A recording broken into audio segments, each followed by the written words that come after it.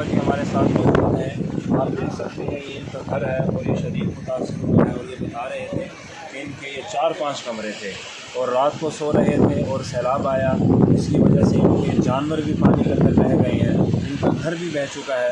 اب یہ بے یار و مددگار پڑے ہوئے ہیں, ان کے پاس کچھ بھی نہیں ہے. ان کا جو مکان تھا وہ ملبے کا ڈھیر بن چکا ہے.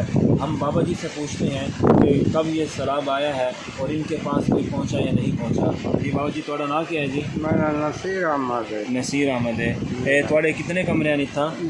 6 کمرے ہیں میرے. اللہ اکبر. 6 کمرے ہیں میرے. درخت کو مارن سے درخت میرے لوڑ گئے. جانور وغیرہ بھی؟ جانور میرے بکریاں چڑا مجھا پہاڑ اتنا تھوڑے کو کوئی پہنچا ہے کوئی نہیں حکومتی طرفوں کہیں امداد کوئی آئی ہوئی؟ حکومت کا شکار کوئی کہیں نہیں سارے کو مختلف پاتا. یہ کتنی دیوارہ تھی کہ اتنا وہ آیا ہوا ہے؟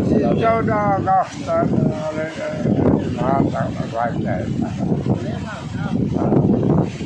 14 اگست سے لے کر اور آج 24 اگست ہو چکی ہے اور 10 دنوں میں یہاں پر کوئی حکومتی کرندہ نہیں پہنچا, کوئی یہاں پر ٹیم نہیں پہنچی. چونکہ یہ بیک ورڈ علاقہ ہے, اس طرف لوگوں نے توجہ نہیں کی. اب یہ بابا جی پریشان ہیں. آپ دیکھ سکتے ہیں کہ بابا جی وہ ایک خیمہ لگایا ہوا ہے عارضی طور پر, اسی کے اندر ان کا رہنا گزر بسر سارا اسی کے اندر ہے. آپ دیکھ سکتے ہیں موسم بھی اس قدر شدید بارش والا ہو رہا ہے اور یہ سارا علاقہ یہ سیلاب سے متاثر ہے. یہ بارش بھی ہے, رہنے کے لیے جگہ نہیں ہے. ایک جھونپڑا بنایا ہوا ہے, اسی کے اندر ایک چارپائی ہے, 2-3 جانور اس کے اندر ہیں اور بابا جی وہاں پر رہ رہے ہیں. یہ تو ہم نے ایک آدمی کا بھی حال سنا ہے اور یہاں پر تمام کے تمام لوگوں کی یہی داستان ہے اور یہی ان کے المناک واقعات ہیں. اس کی وجہ سے لوگ پریشان ہیں.